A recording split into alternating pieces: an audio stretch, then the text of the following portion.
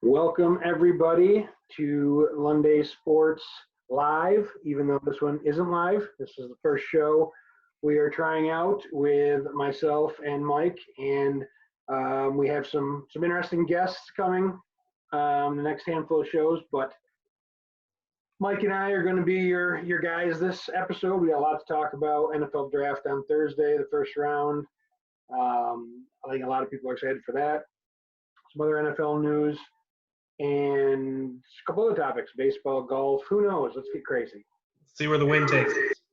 So we are going to start out with the NFL draft. Now, we just, on the website, posted our volume 3 of the mock draft, which you can see lundaysports.com, Lunday. And I was actually the author of the mock draft, so I'm going to turn it over to you, Mr. Pozeski, and All right. let's see what do you got for me? What are your questions? Is there any chance on this earth that Joe Burrow doesn't go number 1? Well, as you can see, I have him going number 1. I think Cincinnati would have to be completely overwhelmed.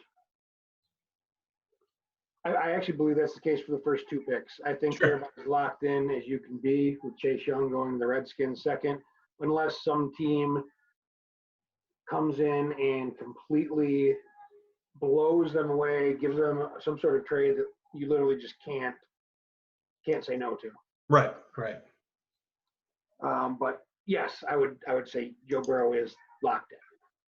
Fair enough. Obviously, there's a lot of rumors about 3 and 4 getting traded. The Lions and the Giants have openly said that they're willing to wheel and deal, looking to move some assets. And we talked before about how there might be a lot of trades. We talked about maybe trades for players, not necessarily trades for draft picks. But could you see a scenario where both the 3rd and the 4th pick are traded, which would, I think, in my opinion, set multiple dominoes in effect? Yeah, I think Detroit at 3. I think with the trade of Darius Slay, not going with Okudah there could hurt a little bit. Again, depending on what the trade is. But I think the Giants at 4 are way open for business. Yeah. In my last mock draft, I actually had them trading the 4th pick to the Raiders for their 12th and 19th or whatever they're at. So I think that's a high possibility that happens. Could both go? Absolutely. I think I was telling you before we started recording that because of what's going on in the world right now and the lack of being able to bring these guys in and work them out themselves and have your medical staff go through all the stuff with them. Yeah. There's a lot more unknowns, and teams get scared by that. So I think you could see a lot more trades this year, which could make it a whole lot of fun. I think it's going to be interesting to see how they do trades. Does that set up a potential fall for Tua though? If a guy in a draft room is like, you know what, I don't know if I can do this. I don't know if I can pull the trigger. His hip, everything that is surrounding him. I mean, that's a serious injury, man. You don't just walk back on the field and play. So can an organization talk itself into passing on him, which might lead other organizations to pass on him? Well, no, I don't. Okay. Think, because I think if someone's trading up to 3 or 4, they're trading up for Tua. Okay. Or potentially Justin Herbert. I am not as big a Herbert fan, at least right away. I think he's got a ton of tools. I'm not 100% sure he's ready to rock year 1. I believe Tua can be. I know Miami, there's all sorts of different reports that they like Herbert just as much as they like Tua, and Herbert doesn't have the medical questions. Right. Exactly. But I do think if a team comes up 3 or 4, it's to grab Tua. One of them would be to grab Tua. And is he a guy that plays right away, do you think, or is he a guy that sits for a year or 2? Again, situation. I think having him sit a year would be more beneficial medically. Sure. I think he is ready to go. He's as accurate of a thrower as I've seen coming out of college in the last 5 or 10 years. He's smart. Yep. He's played around a lot of talent, which you can take that a couple different ways. I mean, Take okay, him. so I was watching film and it's like every receiver he threw to was open. Like he's not going to have that. Like, can he make those throws? No, I don't and know. that's why I think the accuracy is a big deal. Right. Because if you look where he places those throws, they are in stride, on the money. You, Right. you can still see it in like the short slants over the middle. There are throws in short windows or in small windows that he makes pretty consistently. Right. Uh, he's mobile enough, at least he was. We'll see. He Little did hitch in his giddy up now, but he did send out that tape to all the NFL teams of his workout from yep. whatever that was, a couple weeks ago or a week ago. Looked pretty good there from what you can take from throwing against no defense. But Right. yeah, I think he's ready to go. Now, if Miami takes him, which I think is a strong possibility he ends up in Miami, they do have the ability to make sure that hip is healthy, sit him behind Fitzmagic, and let the beard do his thing. And if they start struggling, maybe it's two a time. If they just spent a ton of money on free Yeah. agents as well. They have 5 picks, and I believe in the top 50 or so, including 3 first rounders as of now, unless they trade some of them. And that division is wide open, baby. And it is wide open. So they're going to be very different next Right. year. Right. And I think they're going to have a chance to win some games. I guess it really depends on if they want to go for it, because I think if that's the case, then you sit Tua, you let Yeah. Fitzpatrick, who's won plenty of games in the NFL, do his thing. You let Tua learn, you let Tua heal. It worked out fantastic for Mahomes. It worked out fantastic for Aaron Rodgers. I think there is some obvious history to having that happen and that situation working out for talented guys. Yes. Yes. No, I don't disagree. I think he is the storyline. Like, obviously, we all think Burrow's going to go number 1, and there might be some trades, but he's the one that everybody's kind of really looking for. The story there. Carolina is intriguing to me. They're a team, as you mentioned in the article, that has a ton of holes. They're rebuilding. You have them taking Isaiah Simmons, Clemson, as a guy who, I don't believe they're not one player away in any stretch of the imagination. I think that they should trade down, acquire multiple picks, fill multiple holes, and really just hit reset on the franchise. What do you think?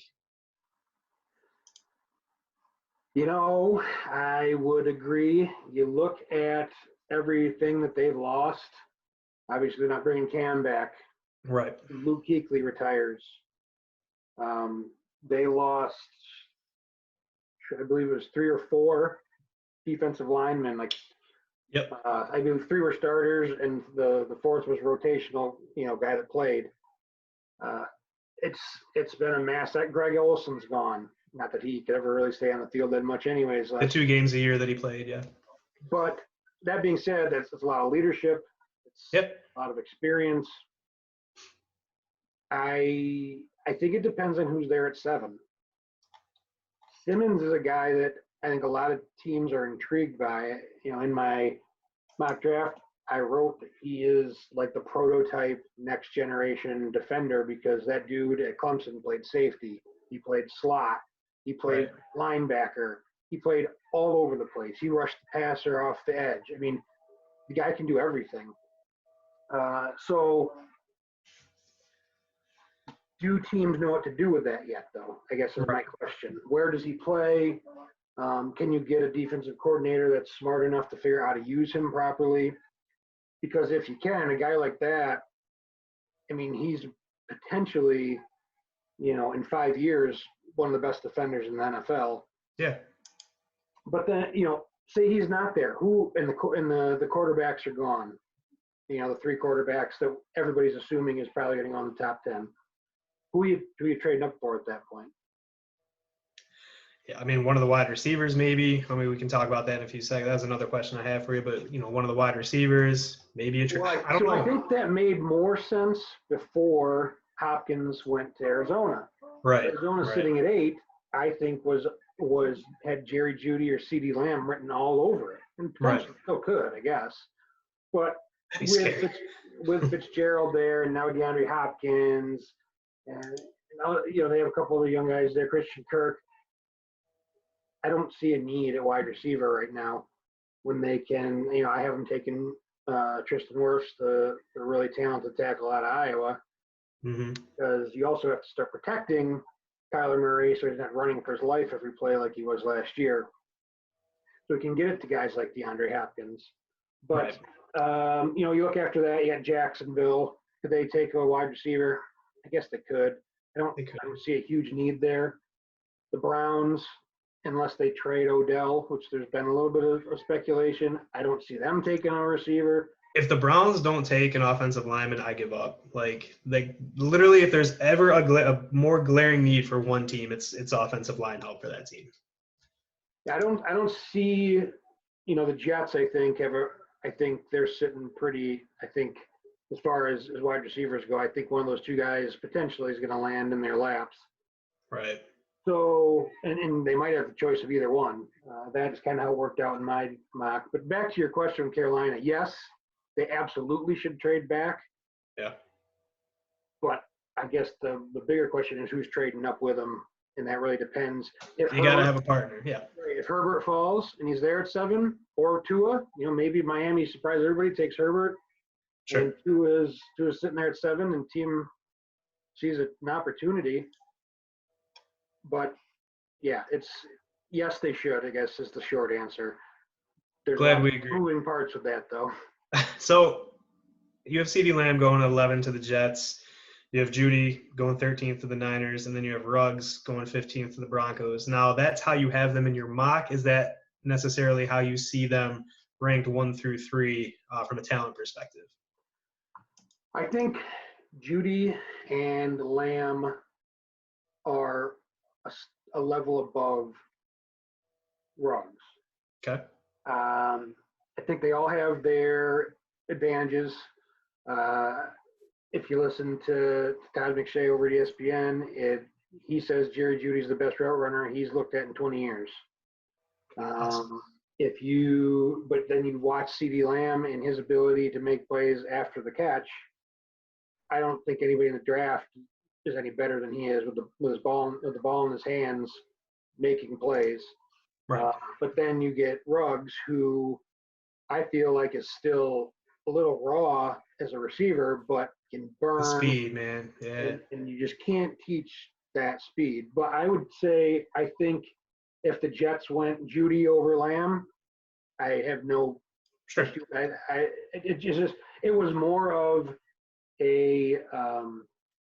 The reason I went with Lamb there is because the ball in his hands, the things he can do after the catch, it just seems like more of what the NFL is going to. Running reverses with these guys, kind of gadget plays, quick screens. I mean, if I had to pick, I guess Lamb would be the guy I would want with the ball in his hands a little bit more than Judy. Dropping down to the Eagles, they're obviously a glaring need for wide receiver. Is there, I guess if you had to handicap it, what percentage chance do you give for the Eagles maybe trading up and snagging one of those guys? You do have them taking a wide receiver at 21, but clearly, none of the guys after that top 3 really seem to have the impact that they would have. So Eagles fans have been clamoring for a move for a wide receiver for as long as I can remember. I think if you're going to do it, you have to do it. You have to go all in. You have to give Carson Wentz the weapons he needs. I mean, look at the receivers that he almost won a game with in the playoffs last year. And I'm the biggest Carson Wentz defender that you will ever find. I'm not even an Eagles fan. The guy just takes so much heat. Do you see them moving up, taking one of those 3 wide receivers? Sure. But again, how much do you want to give up if you're the Eagles? This is one of the most talented wide receiver drafts in years. You get a guy like a Justin Jefferson or a Brandon Ayuk, T. Higgins, take your pick. And those guys are all still really good football players. Those guys all can still start on a really, a playoff team in the NFL. I think getting Ayuk at 21, that might not be the name that everybody knows, but if you pop on a tape of some Arizona State games last year and watch, he's another one when you get the ball in his hands. He's special, special, special. He can help out in special teams, which I think they could also use some help in that area. Yeah, for sure. I wouldn't be shocked to see the Eagles, although they certainly have other needs. Malcolm Jenkins is now gone, among other people. They certainly have other holes. So I think to trade a bunch of picks to move up for a wide receiver may not be the smartest move in a very deep receiver draft. I could see them taking a receiver with their first and third round pick, something like that. Two of their first three being receivers, and there's still going to be receivers in the third round that can really help. I mean, there's a couple guys. I really like Tyler Johnson out of Minnesota. I think is potentially around in the third round. That dude is special. Yep. He makes plays. Yep. You get there's a kid out of Liberty, and his name's escaping me right now. A lot of people don't know about him, but he is phenomenal. Big receiver. So there's going to be plenty of guys, and like I said, if they go receiver 2 out of the first 3 picks, try to get fill another need in the second round. I think that's a smart way to go. They're a team that does. The Eagles are. They have a lot of needs too. Like that, they were a lot of glaring holes. The offensive line aged real quickly. The secondary has obviously always been a question mark for them. So maybe they look to shore that up somewhere as well. Patriots. A lot of offseason storylines surrounding them, obviously, with the departure of Tom Brady. Where do you see them going? You have them taking Patrick Queen, the linebacker out of LSU. He fits the mold that Bill Belichick wants. Patrick Queen is a freak. Watching the college football playoff games, you couldn't not notice him. He was all over the place. Now, I do think there's some consistency issues with that, but you get guys in a Belichick system, they seem to get rid of those inconsistent. They figure it out very quickly. Yes. I think a guy like that is actually more athletic than anybody he's had in a while. I mean, they lost to Landon Roberts, they lost Jamie Collins, they lost Kyle Vanoy. Their linebacking core is, it's hot. It's Dante Hightower, and I don't know. You and me might be playing linebacker for the Patriots next year. Hopefully. Probably not. Could use the money. With all that being said, obviously there's a guy named Tom Brady that you may or may not have heard of, who no longer resides in Gillette Stadium. And the current quarterback situation is not great. It's not great. They certainly could use more playmakers. I just, after going wide receiver in round 1 last year, I feel like Bill Belichick might pass out if he drafted a wide receiver in the first round in 2 straight drafts. It's just not him. Okay, so my next question, it revolves around the Patriots, sort of, and Jordan Love. He's been linked to the Patriots. Obviously, they have the whole with Brady leaving. Why don't you have them taking Jordan Love in the first round? You have him, I wouldn't say falling to 44th at Indy, but you have him going 44th. Why don't you think that the Patriots pull the trigger there? I think they absolutely could. That would not shock me at all. My gut tells me that Belichick is going to end up with a veteran coming in, whether that is Cam Newton or Jameis Winston or trading for somebody like Andy Dalton or Derek Carr or Jacoby Brissett. There's a lot of quarterback options out there, and you know what you're getting with them. I also think there is a timeline issue with Belichick. Okay. Yeah. Jordan Love is a little bit of a project, I think. Yeah. Coming out of Utah State, he hasn't played against real high competition, and I think Belichick wants a more win now deal. I mean, they still a lot of holes, but okay. I mean, can you let's sidetrack real quick. Can we just imagine the blowout, just not even the facial expressions on the sideline if Jameis Winston is a Patriots quarterback and he throws 2 pick-sixes back to back? Can we just let our minds wander there real quick? He's not a fit there at all, is he? Like, there's no way. No, I think there's a lot more chance that you see a guy like Andy Dalton or Jacoby Brissett, guy that isn't going to lose you games. Maybe he's not going to make a ton of mistakes. Yeah. I wouldn't be shocked to see Cam Newton there. As a Bills fan myself, I am enjoying a Tom Brady-less Yes. Patriots team, but the back of my mind, I just feel like they're going to somehow end up with Trevor Lawrence in next year's draft. 20 more years of misery. So I think you're looking at a short-term, 2-3 year deal for one of these weapons instead of them using their first-round pick on a quarterback. And Cam could be scary, man. He's got a lot to prove. He's a proud guy. He enjoyed a lot of success in the league the last couple of years. Have not gone the way he's wanted him to. Shoulder injuries are no joke, though. He's not as mobile as he used to be. So he's got a lot to prove, and his legacy is ultimately riding on that. So I mean, that could be scary as a Bills fan for you if he does go to New England. Yeah, for sure. I mean, I still think there's a lot of lack of weapons there, but yeah, I also think it would be hilarious at a press conference to see Cam Newton in one of his crazy outfits and Bill Belichick in a cutoff hoodie sitting next to him. A cutoff hoodie, man. A soaking wet cutoff hoodie. Is there anything else that you want to touch on in the first round? No, I don't think so. I'd definitely say go check it out. A lot of cornerbacks. I would say there's 2 cornerbacks that are obviously Okudah, and then it seems like C.J. Henderson out of Florida has kind of cemented himself as that second one. But after that, it is a crapshoot. There's 5 or 6 corners that I think could go in the first, second round, and I don't really know what order. I mean, it really is like a pick your flavor type deal. Actually, one last question I do have for you. It's about Grant Delpit. You talk about how his campaign last year was a little disappointing. We're talking about a guy that was a potential top 10 pick, a year and a half ago. I'm not going to ask you what happened to him, but the talent is obviously still there. How do you unlock that? And you have him going to the Browns, and I don't necessarily know if that's the franchise that can do it. Do you know what I mean? I do know what you mean, and I have the same questions. I think that he played hurt last year. Yeah.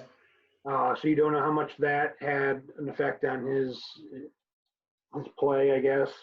I think he was exposed a little bit on his fluidity with, kind of turning his hips and making plays. He missed a ton of tackles, which he really didn't do the year before. That's obviously not ideal. Kind of want your safety to tackle people. So yes. I don't know if the Browns, I don't trust Freddie Kitchens to do anything. Literally anything. I am engaged to a Browns fan, so I hope for the sake of my eardrums that. Did not know that she was a Browns fan. Oh my goodness. She's the Browns are a little lower on her list, but that's good. Obviously the Buckeyes of Ohio State are most of her, and they take up most of it. But the Browns are her team in the NFL, and I don't know. I just feel like if I like the front office turnover with the Browns, I like the guy they brought in. Yeah. He was with them before, went to the Eagles, I believe, and now is back running the show in Cleveland. And I think he's a really smart guy. I think he sees a guy like Grant Delpit who has the ability. Talent, man. Just got to unlock it. And he just says, hey, a guy like that's sitting there at 41, we're taking him. Yeah, for sure. No, I agree. I think that's all I have for you, man. I mean, it's like I said, check it out, LundaySports.com. First and second rounds are up. It's the third edition of it. It's hard to incorporate trades. I know we talked a lot about them. But I think I want to see how accurate you are. I'm pretty excited to see. I hope you're spot on. I know you put a lot of work into it, so hopefully your reads are on. Yeah, Volume 2 had some trades in it, but like you said, it's just so hard. And you look at the wild card stuff with trades, like, is Bill O'Brien involved? Because if he is, then he's going to give up 117 first round Nobody picks. knows what's going to happen. Yeah. Or it's just kind of wild. I'm interested to see the player compensation, which we're going to get into with probably a good kind of turn here into potential trades for established players such as Leonard Fournette, Jamal Adams, a couple guys that have been out there. My question to you is, what is the compensation for a Leonard Fournette, for a Jamal Adams? I personally believe that Adams, you're going to get way more for a safety like that than you are for a running back like Fournette. And it's not a knock against Fournette. It's a knock against running backs just aren't that valuable. Granted, he's relatively cheap. He only got 1 year left on his deal. So, you got to factor all that in. But what are your thoughts on that? I think he's a big back. He's got a lot of mileage. He had a great season last year. He proved that he could catch the ball. Obviously, a lot of his stats were in junk time. The Jaguars were literally trailing by 40 every game at the end of the season. I think if I were a GM and I'm not Bill O'Brien, I'm probably going to offer a 4th or 5th round pick. I think that is this. That's the ceiling. That's all you're going to get for him. And it stinks because they took him 4th overall and passed up on a lot of good players to do that. But there's no market for running backs. I think the only saving grace for him is that he's relatively inexpensive. I think $4 million-ish per year right now. He's in the last. Yeah, 4.5, 4.6 a year or something. Yeah. It's the only redeeming quality about him. He's talented. I know you have some pretty strong opinions of him. And I get it. His first couple of years haven't been great, but I think he proved last year that he's can be a team guy. He can do what's needed. But there's just not a lot of demand for guys like him. He did take some steps forward last year, I think, in his being a little bit better of a teammate and his maturity. Sometimes it just takes a couple of years for guys to get that. I do like that he caught over 70 balls out of the backfield last year. So, after we were texting back and forth, I started thinking about, I think I've said it, I don't know, I'm a Bills fan. So with Singletary in the mix, I have them actually taking a running back in the 2nd round to tag team with Singletary. Well, for sure. Yeah. Is Buffalo, in my opinion, has a really deep roster. They also have 7 draft picks that they don't have room for 7 guys on that roster. Right. Does Buffalo say, hey, we have a 5th, we have 2, I believe after all these trades, I think they have a 2nd, a 3rd, a 4th, a 5th, 2 6, and a 7th. You package a couple of those later round picks for a guy like Fournette, taking a chance on him for a year. Yeah. And you got your ground and pound guy to go with Singletary who gets out on the edges. I can't say I'd probably be that mad about that. I make that trade right now. I mean, I'd almost I don't know if they have a 3rd, but if I had to give up a 3rd, I'd probably do it. Yeah, they do have a 3rd. So I guess here's the thing, outside of Buffalo, what other fits do you see with Fournette?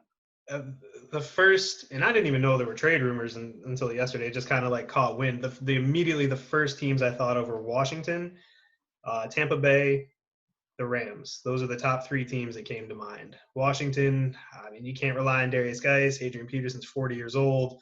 The Rams don't have any draft picks. They don't have a running back, I think, that is a game breaker. He would fit that mold.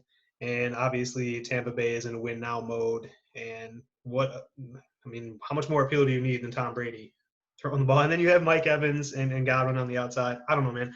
I think those are the top 3 teams in my opinion. I got one more to throw in the mix for you. All right. The Seattle Seahawks. You tell me he is not a Pete Carroll, 100%. Throw him behind Russell Wilson. He's like Marshawn Lynch Jr. You just give him the ball and let him run over people. Carry the ball 40 times a game. They need a running back. They can, because of, they have some cap issues, but you can certainly fit that kind of contract. You can make So it work. You can figure out a way to make that work. does that mean you're not a Chris Carson guy?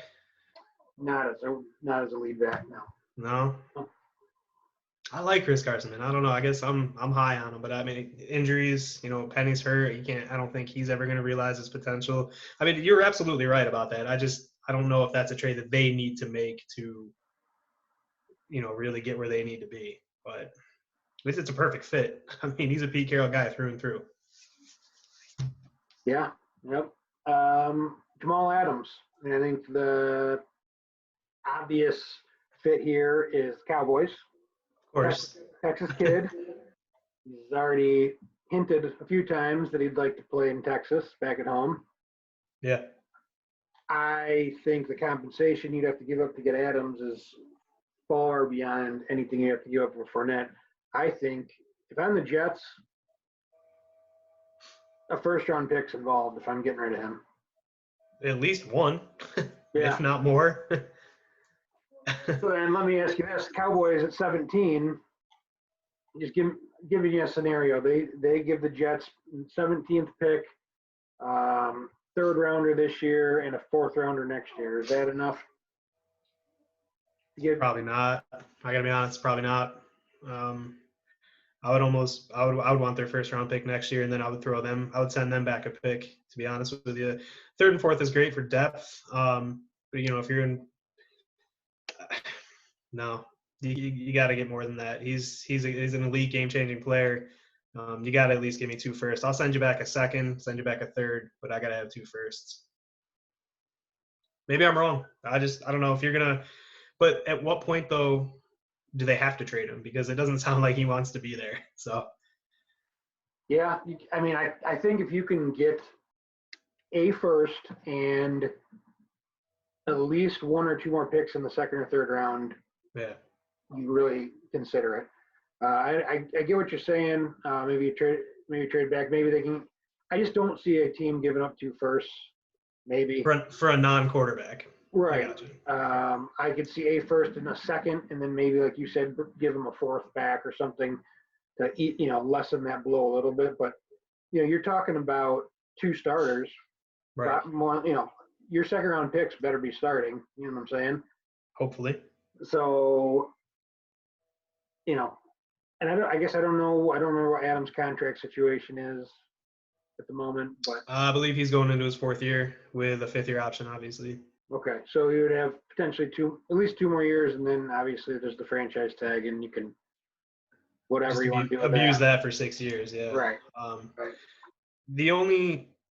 I think the Eagles are an option because obviously they let Malcolm Jenkins walk in free agency, but I don't think they're even going to be remotely close to or being able to meet the demand. I think the Bucs are obviously an option, and I want to say the Browns might be an option too. But I don't know. Out of those teams, who do you think is the most likely? I mean, I think Dallas is the absolute 100% logical place to send them. I could see him heading off to Cleveland, I guess, a little bit. Again, I like the guy that came in, and his name is escaping me at the moment, but I like his mentality. They're a little bit more analytics driven now. Yeah. A little bit more thinking outside the box. And I think he's just the type of guy that when he sees talent, he's going to go get it. You need talent to win, and you got to make up for those coaching errors somehow. So is there anything else you need to add on the offseason? I know we wanted to talk about winners and losers, perhaps. I didn't know if there was time for that. Yeah, we probably – I guess the one other thing I wanted to get to, we can do winners and losers on the next one, potentially. Sure. Probably after the draft makes a little bit more sense for that anyways, because you can factor incorporate all of it, yeah. Cam and Jameis. Yes. At this point, it seems like teams are going to see how the draft goes, and then they'll find a home. Yeah. Obvious potential locations. We already talked about New England. Yeah. San Diego has Tyrod Taylor, and I think Anthony Lynn is comfortable with Taylor. But if Cam Newton comes knocking on your door and is a reasonable price, I don't know how you just say no. And with that roster, they can still win. If they can literally just avoid injuries, they have one of the most talented rosters in the league. And I would say you would have to argue furiously to not make me a believer that Cam Newton is an upgrade over Phillip Rivers, because he absolutely is. When healthy. When healthy. Yeah.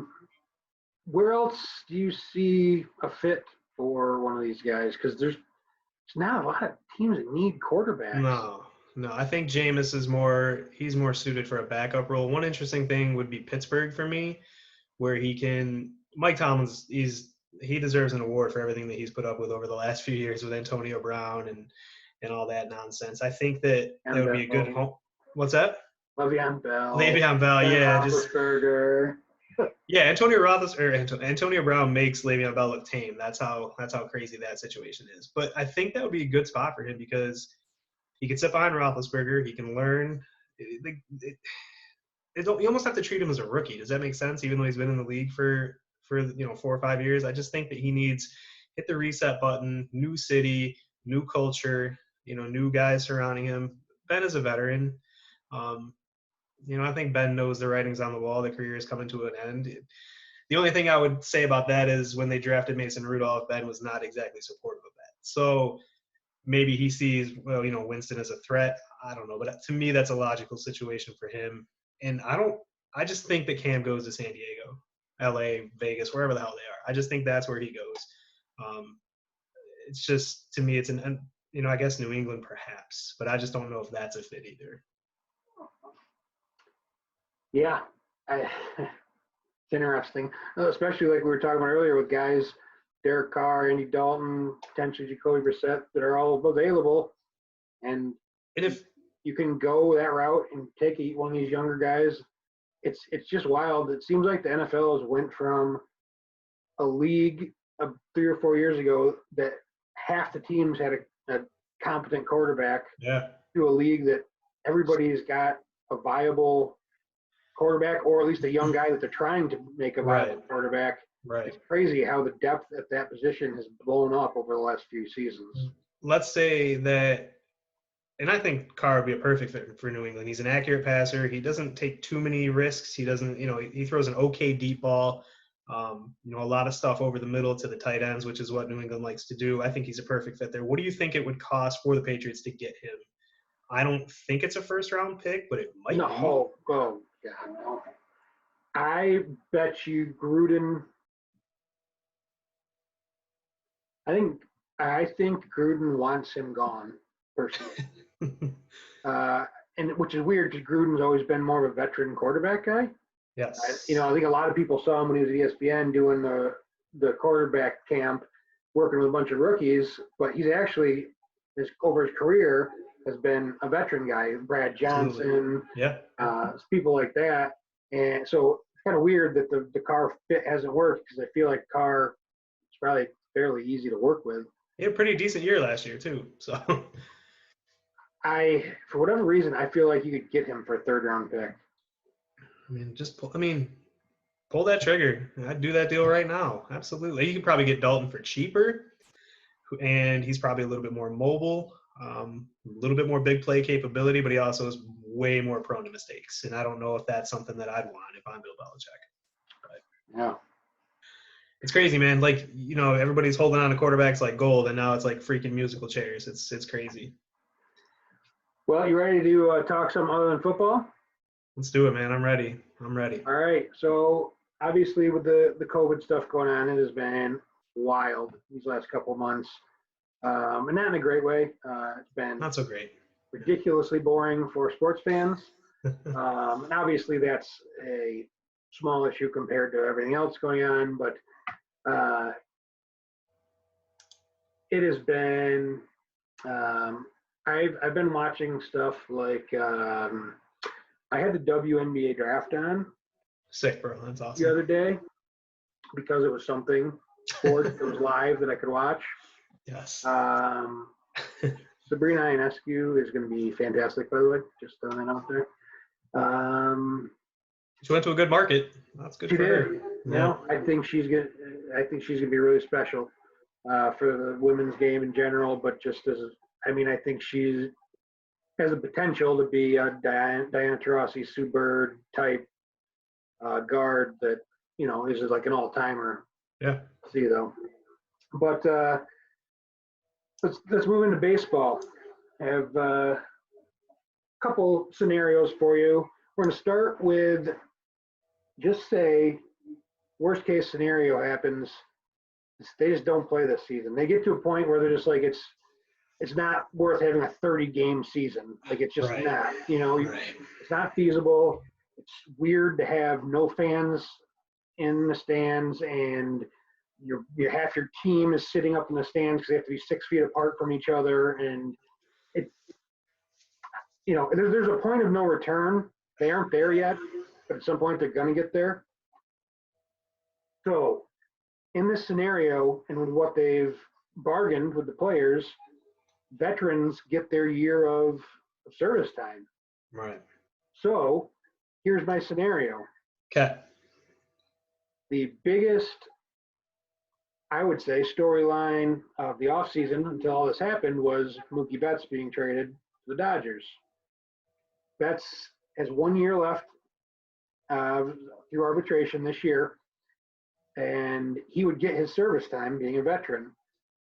So the Dodgers would have traded 3 prospects. Yes. And had to take David Price's contract. Oh, which they still have to keep. So 2 more years of. And they could potentially never see Mookie Betts in a Dodger uniform, as he would be a free agent. And potentially the best thing that come out of him, they offer him they get a first-round pick. Sure. I don't. What a wild story. Literally a once in a lifetime, like, just loophole. Can you just imagine? I mean, obviously you make that trade 10 times out of 10 if you're the Dodgers. And honestly, if you're the Red Sox, you make that trade too. But if, I don't know, how do you sleep at night knowing that you gave away 3 pretty decent prospects for Mookie Betts, and now you have to pay David Price for 2 more years, and he's washed, man. I think he's going to be washed when he comes back. What do you, like, you can't have regrets, can you? You just can't. Like, it's a freak thing. Like, it's out of your control. Yeah, no, I mean, there's some similar storylines. For instance, Trevor Bauer in Cincinnati. I mean, they traded for him. They traded some decent prospects, thinking they were getting a year and a half out of him. Well, they could end up only with the last year's half season, and agent as well. It's not just Mookie, but he's certainly the biggest name.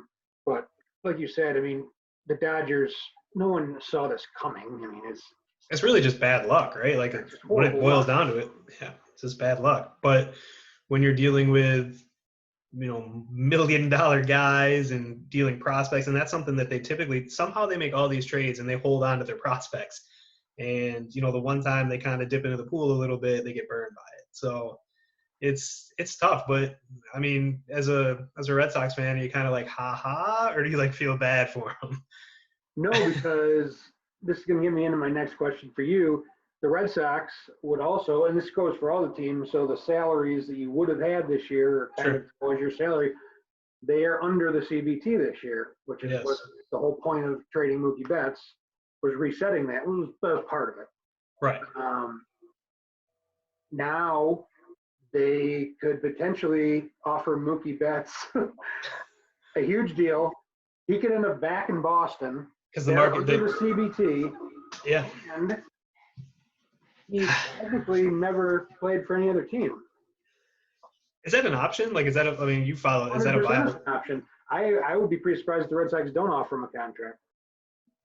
How is, is there a lot of goodwill there? Bridges burned? Is he, I don't think so. I mean, it's not like they didn't offer him money and just traded him. Yeah. They didn't offer him $400 million, like I think he's hoping to get, or somewhere in that vicinity. But they offered him over $300 million. And that's not small potatoes. So do you think the Red Sox understood that it's a business, and that the Red Sox didn't say, we don't want you anymore, you're annoying, you're whatever. They tried, and they were very public about saying, we don't want to do this, but we feel like to reset everything. Worst case scenario would be to lose him and not get anything in return. So they did what they had to do. They're in a better situation. I don't know. Yeah. Mookie just says, "Hey, I like it there. They're gonna pay me. Let's do this." And it's one of those things where he didn't get to see if the grass was greener on the other side. It's like all he knows is the Red Sox. And if they're gonna pony up. But do you think they're gonna offer $400 million this time around, or no? No, I don't think he's gonna get $400 million. I think he'll get 370, 380 in that range. And do they do? I think they can get there if they wanted to. They get there. They do a lot of those, like the Nationals do with the contracts, where it's all, prorated, will pay you until you're 65 kind of nonsense. Is that something the Red Sox typically do, or no? I mean, they've done. I think they're still paying Manny a little bit a year, so they've done it in the past, but not. I mean, not like Bobby Bonilla. That's for sure. All right. Come on. I can't wait till that deal's done, dude. But at the time, it made sense, and it still is going for my entire adult life. But wouldn't that be something, though, if they get the prospects, get under the cap, so to speak, reset itself, and just go hog wild and get bets back, and everybody will be happy. Except the Dodgers. Would be interesting. Yeah, for sure. So let's flip this real quick with the baseball. Let's say they do play this year, and they play without fans in the stadium. They do all the weird 6 feet apart. They don't allow mound visits. I mean, I don't know how I feel about all that. If that's going to be what it has to be, I don't even want them to play, is my opinion. Where are you at with that?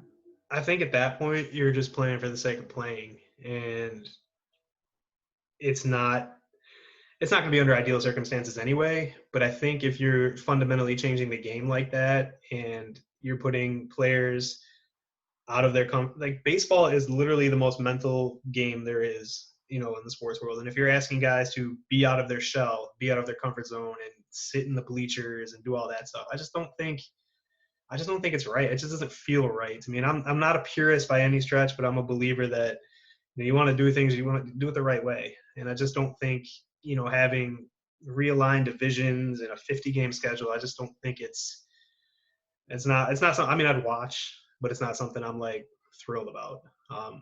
But I can see why they're doing it, because they stand to lose a lot of money if they don't. We are getting a little long here, almost about the time we were hoping for. So, going to do a couple topics here, kind of more rapid fire. First one, MJ documentary on ESPN. Yeah. I'm certainly looking forward to it. I grew up in the Michael Jordan era. I am a Michael Jordan till I die dude. John Starks is second, right? John Starks is not second. Okay. John Starks is a little lower on the list, towards the bottom, or at the bottom. Either way, we talked a little bit off air. Seems like Jordan, guys our age, he was like the guy, right? Yeah. And the next wave of players that came into the league, he was their guy. And Kobe came in, and now the players that are in the league now, Kobe was their guy because they're 15 years younger than us. They didn't see Jordan actually play. They know Michael Jordan for his shoes and being a shitty owner of the Washington or the Charlotte Bobcats. So I guess, does the Jordan documentary to you, is it a big deal? Will it help kind of re-cement his legacy amongst younger people? I feel like this is something that Derek Jeter is going to have to do in 20 years too, just because he's completely ruined his legacy with the Marlins. But I mean, the timing is questionable. They pushed it up. We talked about it, off air, that the timing is questionable, but I think that it's a legacy thing with him. He wants to be the man. He wants to be the greatest. And, maybe he doesn't think he's at the top of the mountain anymore. I don't know. I think from a perspective of growing up watching him, seeing that competitive fire, I'm so excited to get the inside stories and everything. And, I read an article where people are like, you're going to think MJ's a bad teammate now. I'm like, no, I'm going to think he's awesome because he wanted to win so badly and he made everybody else around him better. And that's the one thing you could say about him. Punch teammates in the face. And as a pretty competitive guy myself, I can relate. Um, but And these aren't new stories. no, they're not news You know, stories. like he's not all-star human ever. You know, Right. he gambled all the time. He cheated on his wife. He was not the best teammate. But as a competitor, I've never seen anybody like him. Nobody like him. He won't just step on your throat. He will take his knife out of his pocket, slit your throat, and then kick you in the face as he's leaving.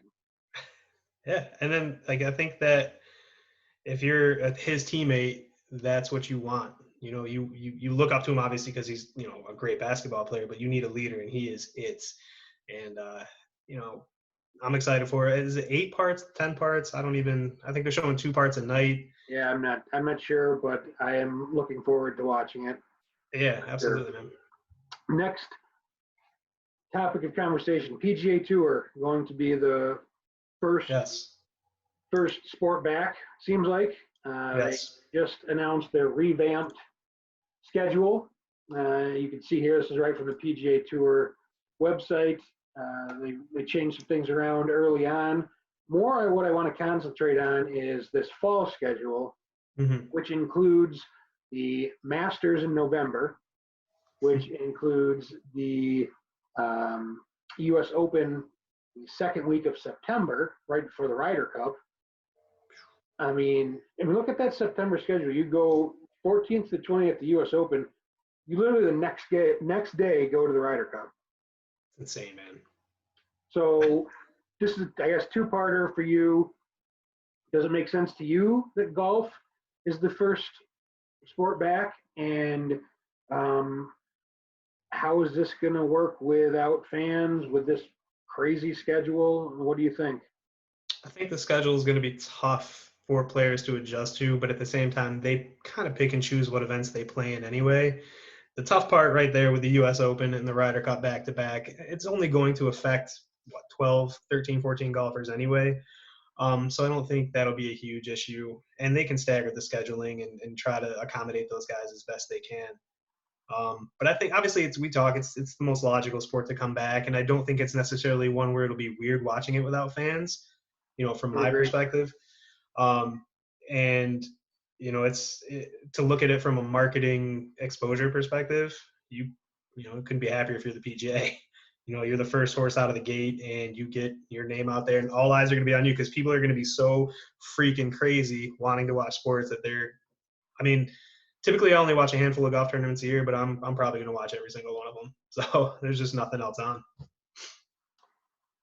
All right. G League, which is the developmental league in the NBA. Just this last couple of weeks, you've had 2 5-star high school prospects announce that they are going to go to the G League and not go to college. Yes. Is this a big deal? Is this a trend? Is this the beginning of the end for talent in college basketball? Is this going to lead to changes for college basketball? I mean, what do you see this as? Well, I think it's widely known that in a couple of years the one and done rule is going to be gone, right? Like, you're going to be able to go to the NBA. Like that. Let's hope that happens. Okay, so let's say that happens, and then you have kids that want to play in the G League. That still only affects a handful of kids each year.